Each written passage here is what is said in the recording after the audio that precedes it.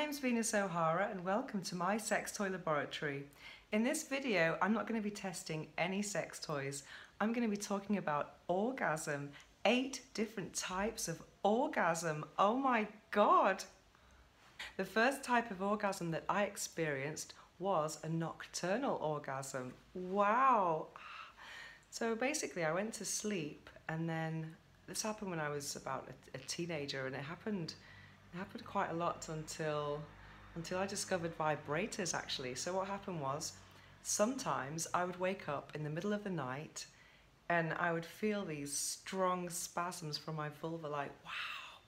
And so these spasms woke me up, and to try and stop them or relieve myself, I kind of rubbed against a pillow, and yeah, it was quite frustrating and pleasant at the same time, because it was something, I don't remember any dreams particularly, but I remember one time I was at a sleepover with a friend when I was at university, and anyway I woke up in the middle of the night. We were actually sharing a bed top tailing, and then I had an orgasm in the middle of the night, and it was so embarrassing. I was like, oh, trying to like play down the spasms, and it was quite difficult, and I just hope that she wasn't really awake. Anyway, the next type of orgasm that I experienced was a vaginal orgasm. Yeah, I know it sounds probably a bit strange, but when I started having sex, I found that I had vaginal orgasms really easily, and yeah, it was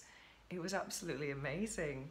So I always imagined that that I was a vaginal person, so I kind of ignored my clitoris for a long time because of that. But I had great orgasms though during penetration, so that was the good thing. Yeah, and so basically I'm talking about orgasms without having to stimulate my clitoris. I'm just like with vaginal stimulation. Wow.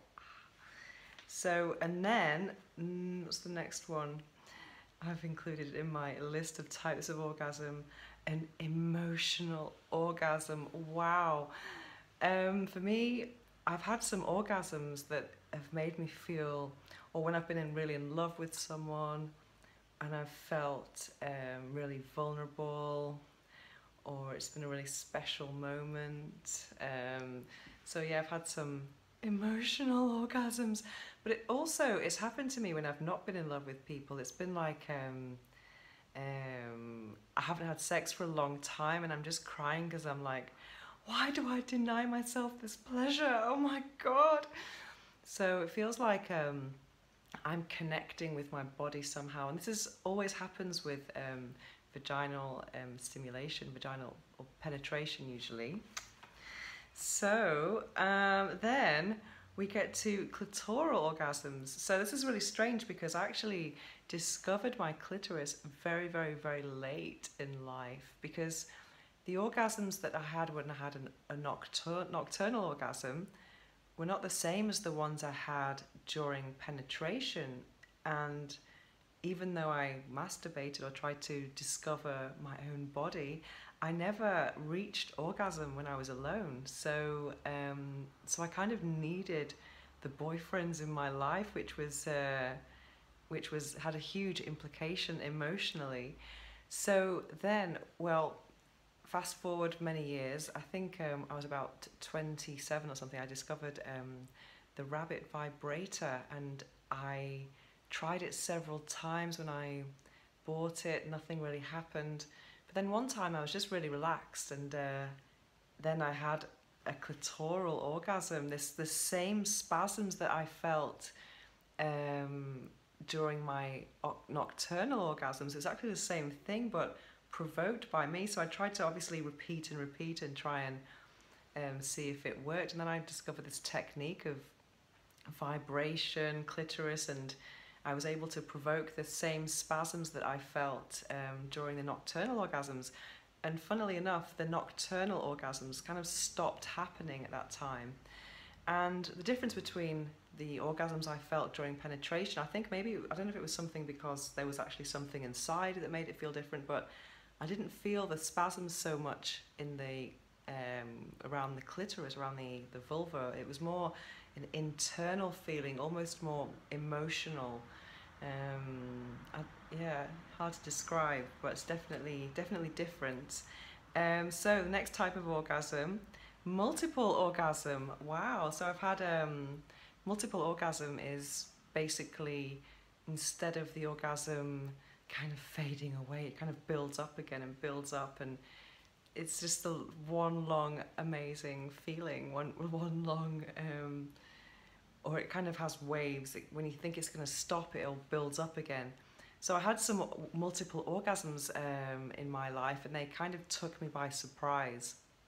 But then a couple of years ago, I got a clitoral stimulator, and I don't know what it was, if it was just because of the shape or experimentation. I discovered that if like near the end of an orgasm, when the spasms start to kind of get weaker, instead of when you would naturally turn the toy off, actually if you increase the friction again and the stimulation, then I found that I could actually have more orgasms and provoke a multiple orgasm. So that was a very nice thing to discover.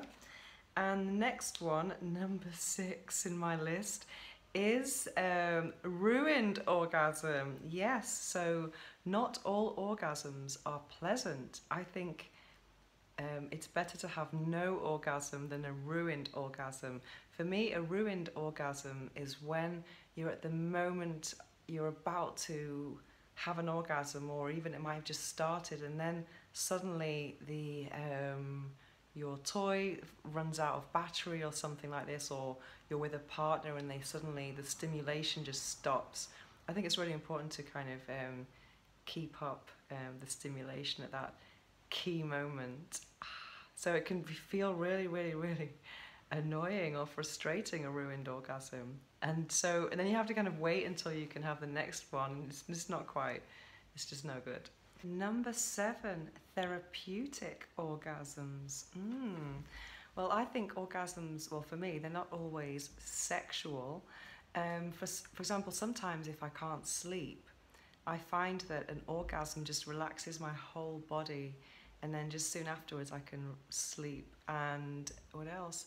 Also, if I get writer's block, I might go and lie down and use my favorite toy, and I'll take my phone with me, and sometimes when I'm horizontal everything seems clearer again, and then with my phone I'll send myself an email with whatever it is that I've just thought of, and then when I get back to my desk then I've got the idea, and I can just carry on working really and be really inspired. And also whenever I've had any headaches, or never really have headaches thankfully, and period pain, an orgasm is fantastic. In fact, I don't even have any paracetamol at home, but I found that an orgasm provides me with 2 hours of pain relief when I've got period pain. So that's the equivalent of half a paracetamol. Wow. And finally, well, one orgasm that I've not experienced that I really want to experience is a hands-free orgasm. Well, I used to have a hands-free orgasm when I had the nocturnal orgasm, but I'd like to experiment with this and actually be able to provoke an orgasm with breathing and using my muscles, but definitely hands-free, because I love yoga, and I'm really getting into mindfulness at the moment, deep breathing, abdominal breathing, and I'm just wondering if I can make it all orgasmic. I think it might take a lot of patience and perseverance, but hopefully I can do it. That would be such a cool thing to learn. So there you have my 8 different types of female orgasm. How many have you had? And are there any more? That's all from my sex toy laboratory for today. Thanks for watching.